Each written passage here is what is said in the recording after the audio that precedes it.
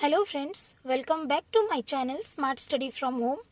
हम लोग जीएसटी का वैल्यूएशन पढ़ रहे थे फ्रेंड्स, एंड रूल 32 का 3 सब रूल हम लोगों ने कंप्लीट कर लिया था।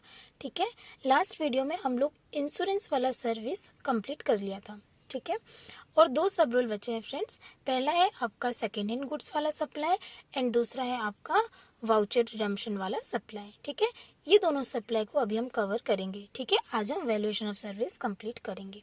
ठीक है फ्रेंड्स, देखिए क्या बोला है। देखिए, special provision relating to determination of value of second hand goods, that is margin scheme. इसको मार्जिन स्कीम भी बोला जाता है। इससे पहले मैं आपको बुक रीडिंग कराऊं फ्रेंड्स, एक चीज देखिए।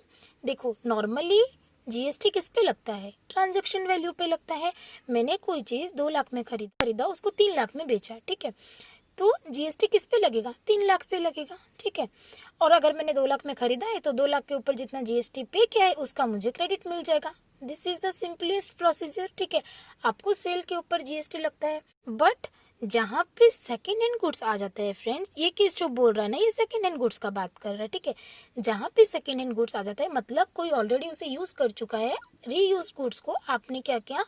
आपने परचेज किया एंड फिर से आपने उसको सेल किया। ठीक है, उस केस पे क्या होता है फ्रेंड्स, सेल के ऊपर, सेल प्राइस के ऊपर जीएसटी नहीं लगता है। बिकॉज देखो, एक कस्टमर कोई चीज को जब खरीद लेता है, ठीक है, जो कि अनरजिस्टर्ड होता है, वहां पे एक बार सप्लाई चेन खत्म हो जाती है। ठीक है, एक्स ने बेचा वाई को, वाई ने बेचा जेड को, जेड ने बेचा ए को, जो कि अल्टीमेट कंज्यूमर है। ठीक है, वहां पे जीएसटी का सप्लाई चेन खत्म हो जाता है एक बार के लिए, बिकॉज गवर्नमेंट को अपना सारा टैक्स मिल जाता है। ठीक है, अभी अगर ए क्या किया, 2 साल बाद कोई चीज उसको यूज कर लिया, 2 साल बाद कोई चीज क्या किया, बी को बेच दिया। ठीक है, तो अगर बी को हम पूरे सेल प्राइस में अगर लगाएंगे, क्योंकि बी को क्रेडिट नहीं मिलेगा अगर ए अनरजिस्टर्ड है, अगर ए एक प्योरली कंज्यूमर है तो फिर बी को उसका क्रेडिट नहीं मिलेगा फ्रेंड्स। ठीक है, तो अगर हम पूरे फिर से सेल प्राइस पे जीएसटी लगाएंगे तो ऑफ कोर्स डबल टैक्सेशन हो जाएगा। ठीक है, टैक्स के ऊपर टैक्स लग जाएगा। इसी चीज को अवॉइड करने के लिए ये कॉन्सेप्ट लाया गया है। ठीक है, तो वो क्या करेगा? ओनली मार्जिन पे देगा। सपोज ए से क्या किया, बी 1 लाख में खरीदा एंड 1.5 लाख में बेच दिया, तो उसको ओनली सिर्फ 50,000 रुपीज के ऊपर जीएसटी पे करना पड़ेगा।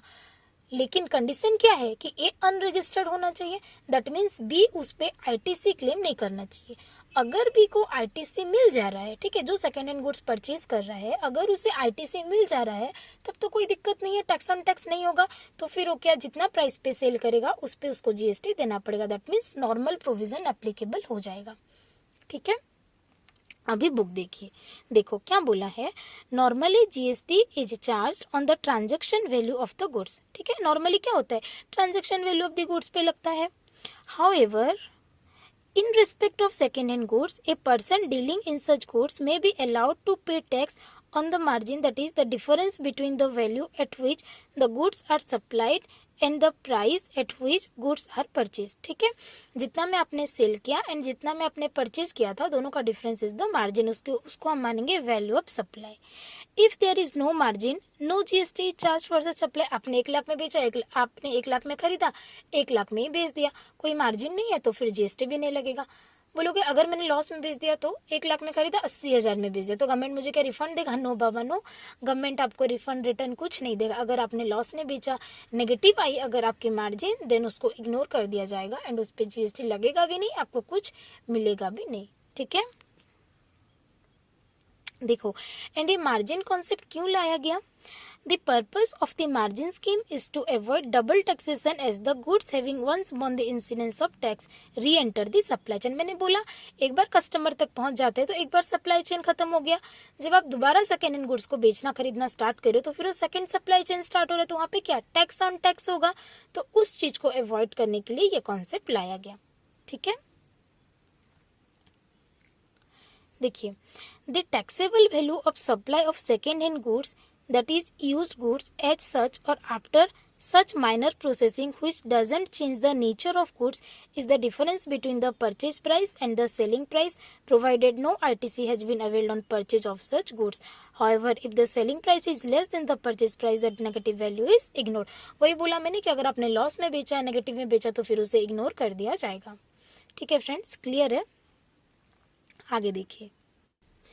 देखिए फ्रेंड्स क्या बोला, देखो value of second hand goods, ठीक है, when ITC is not avail, अगर उसने आईटीसी नहीं लिया है तो फिर मार्जिन स्कीम आएगा। मार्जिन स्कीम क्या बोला, value is equal to selling price minus purchase price, ठीक है, selling price minus purchase price.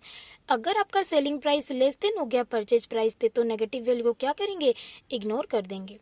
CGST on second hand goods receive from unregistered supplier exempts, अगर आप अनरजिस्टर्ड सप्लायर से परचेज कर रहे हैं, अनरजिस्टर्ड सप्लायर, तो वो एग्जिम्ट हो जाएगा, ठीक है।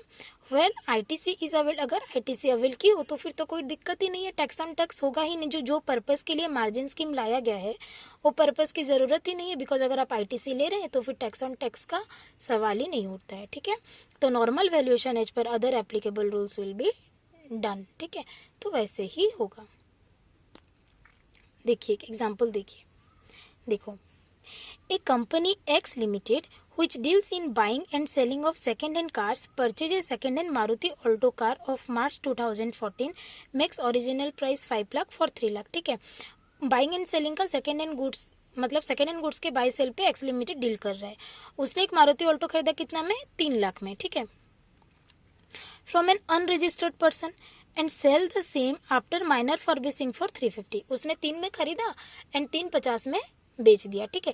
अनरजिस्टर्ड से खरीदा मतलब उसको आईटीसी नहीं मिलेगा फ्रेंड्स, ये तो क्लियर है, ठीक है, क्योंकि वो टैक्स इनवॉइस इशू नहीं कर सकता, तो आईटीसी नहीं मिलेगा। अगर आईटीसी नहीं मिलेगा तो फिर हम मार्जिन पे टैक्स देंगे।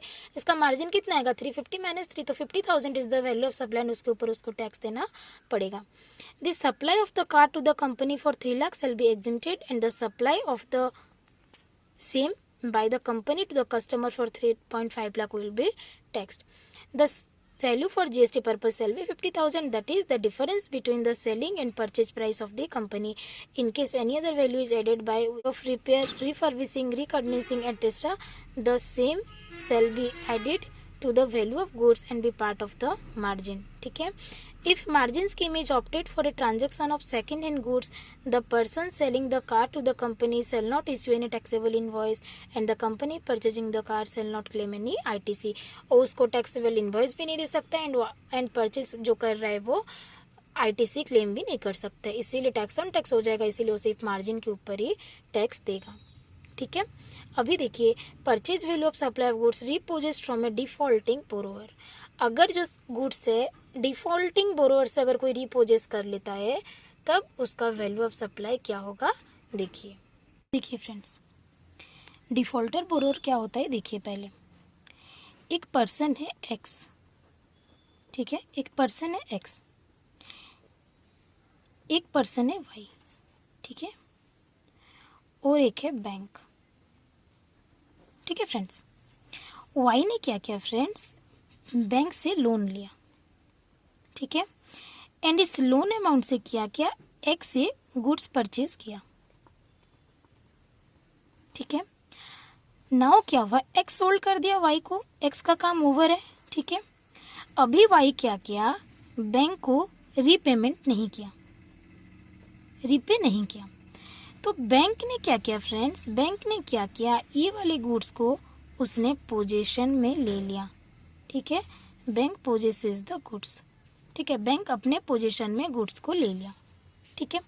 तो ये जो बैंक अपने पोजीशन में गुड्स को लिया है, ठीक है, इसका परचेज प्राइस क्या होगा, ठीक है, इसका परचेज प्राइस क्या होगा फॉर बैंक, क्योंकि देखो अभी बैंक फिर इस चीज को सेल करेगा, ठीक है, तो वैल्यू ऑफ सप्लाई क्या होगा, वैल्यू ऑफ सप्लाई होगा सेल माइनस परचेज,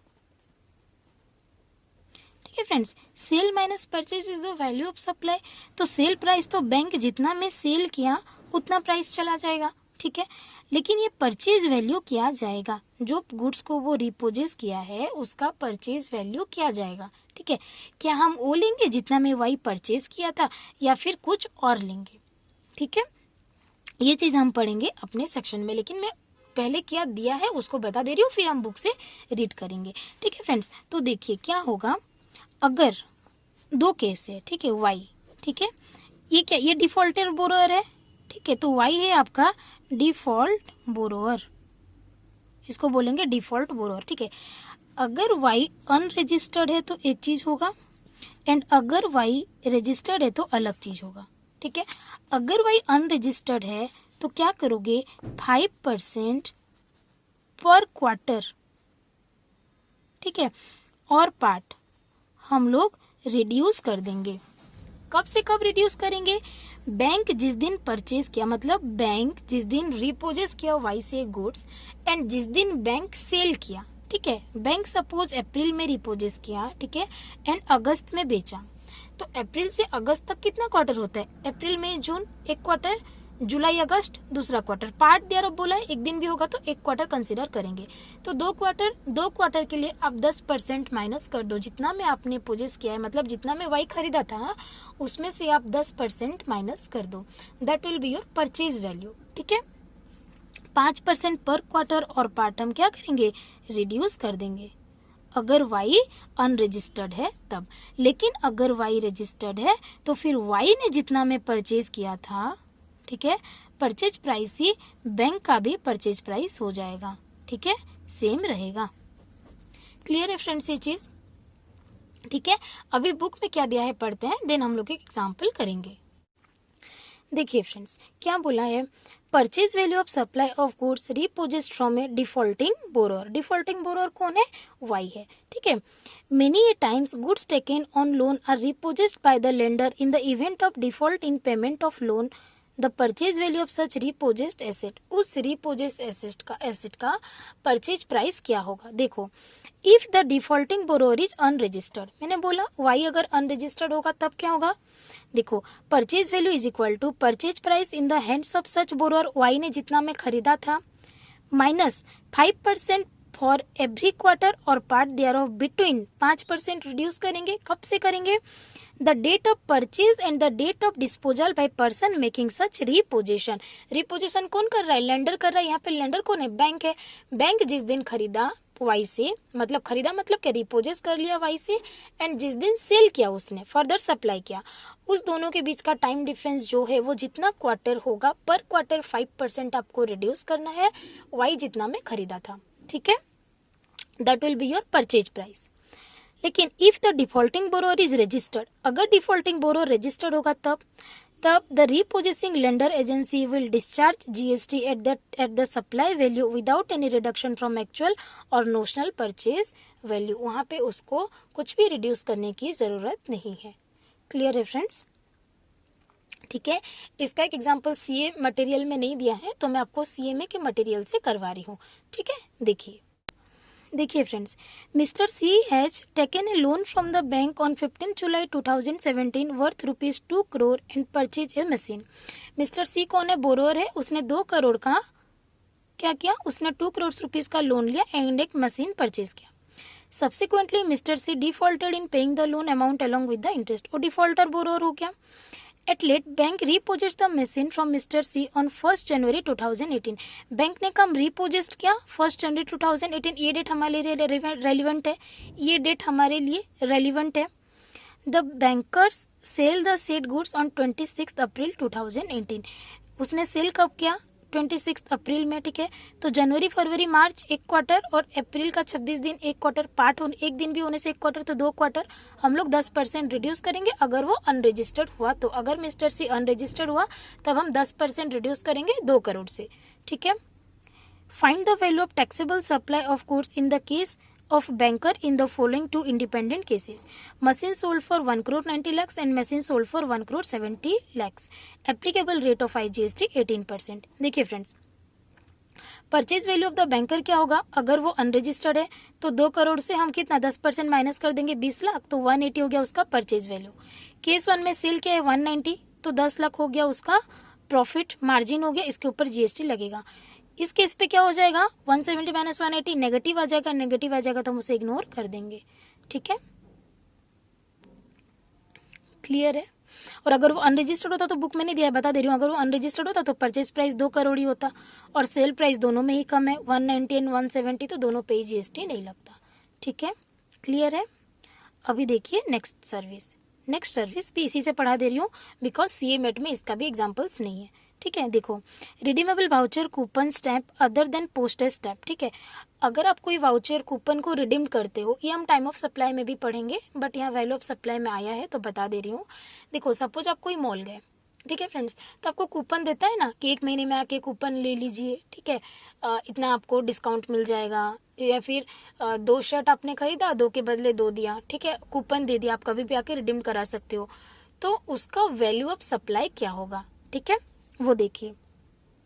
देखो, there are many companies who issues vouchers, coupons, stamps and so on the basis of which goods और services can be produced by the holder of such vouchers, coupons और stamp etcetera. ठीक है, valuation कैसे होगा देखो। The value of a token और a voucher और a coupon और a stamp which is redeemable against a supply of goods or service or both shall be equal to the money value of the goods or service or both redeemable against such token, voucher, coupon और stamp।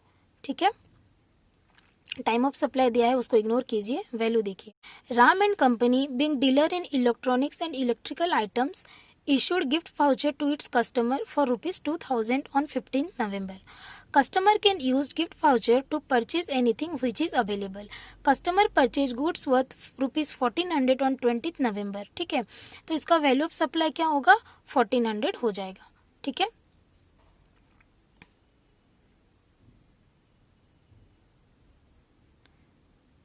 ठीक है, उसके बाद सब rule last वाला जो 7 वाला है वो बोलता है value of service provided by one distinct person to another distinct person. Value of taxable service provided by such class of service provider as may be notified by the government on the recommendation of the council between distinct person as referred in section 25 where ITC is available shall be deemed to be nil। यहाँ सिर्फ service के case में बोला गया है। ठीक है, distinct person कौन होता है, कौन होता है, अगर एक ही स्टेट पे 2 अलग अलग पर्सन अलग अलग रजिस्टर्ड है तो उसको हम डिस्टिंक्ट पर्सन बोलेंगे। ठीक है, अगर आप सब सर्विस सप्लाई कर रहे हो अपनी कोई ब्रांच को एंड आप दोनों डिस्टिंक्ट पर्सन हो, ठीक है, गुड्स का बात नहीं बोला है, सर्विस बोला गया, अगर सर्विस देते हो तो फिर उसको उस पे GST नहीं लगेगा, उसको नील माना जाएगा। ठीक है, लेकिन ITC अवेलेबल होना चाहिए तभी उसको नील माना जाएगा। ठीक है, तो यहाँ पे आपका valuation of service rule 32 complete होता है फ्रेंड्स। ठीक है, उसके बाद आपका 3 रूल और बचता है 33, 34 एंड 35। 35 कुछ ज़्यादा नहीं है, 33 एक बहुत बहुत इंपॉर्टेंट कॉन्सेप्ट है, that is the pure agent service. ठीक है, प्योर एजेंट सर्विस बहुत इंपॉर्टेंट है, वो हम नेक्स्ट वीडियो में कवर करेंगे। ठीक है फ्रेंड्स, बाय बाय।